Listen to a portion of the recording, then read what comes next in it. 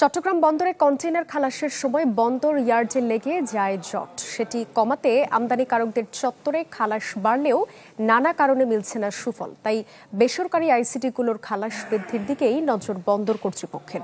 ফখরুল ইসলামের রিপোর্ট। চট্টগ্রাম বন্দরে আমদানি হওয়া পণ্য সচরাচর খালাস হয় 5টি স্থান থেকে। সবশেষ গেল বছর এই বন্দর থেকে মোট খালাস হয় 13,23,351 একক কন্টেইনার। এর মধ্যে সবচেয়ে কম খালাস গেছে পানগাঁও আইসিটি থেকে, যা মোট কন্টেইনারের 1% কম। কমলাপুর আইসিটি থেকে প্রায় 3%, বেসরকারি আইসিটি থেকে প্রায় 20 ভাগ। দ্বিতীয় সর্বোচ্চ অনচেসিস বা আমদানিকারকের ঠিকানায় খালাস হয় 31% বেশি, আর সর্বোচ্চ 45 ভাগের বেশি খালাস হয় বন্দর ইয়ার্ড থেকে। চলতি বছরের জানুয়ারি থেকে মে পর্যন্ত মোট খালাস হয় 5,60,496।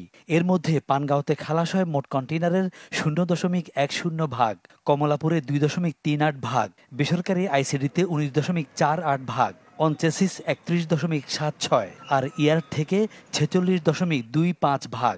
এই চিত্রে অনেকটাই পরিষ্কার, মোট খালাসের প্রায় অর্ধেকই হয় বন্দর ইয়ার্ড থেকে, ফলে লেগে থাকে কন্টেইনার জট।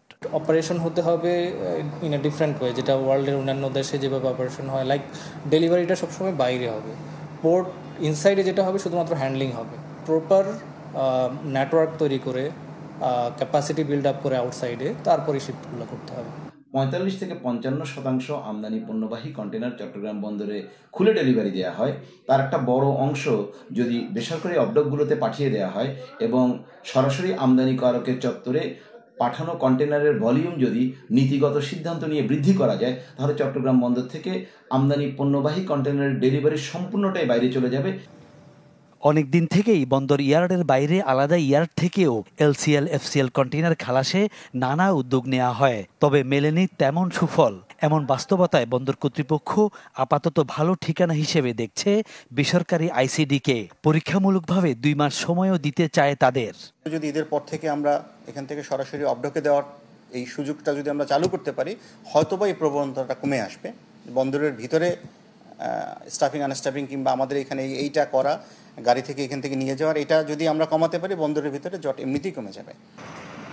বিশ্বের উন্নত বন্দরগুলোর মতো খালাস কার্যক্রম বাইরে স্থানান্তর না হলে নাজুক অবস্থায় থাকবে চট্টগ্রাম বন্দরের, মত ব্যবহারকারীদের। ফখরুল ইসলাম, চ্যানেল 24, চট্টগ্রাম।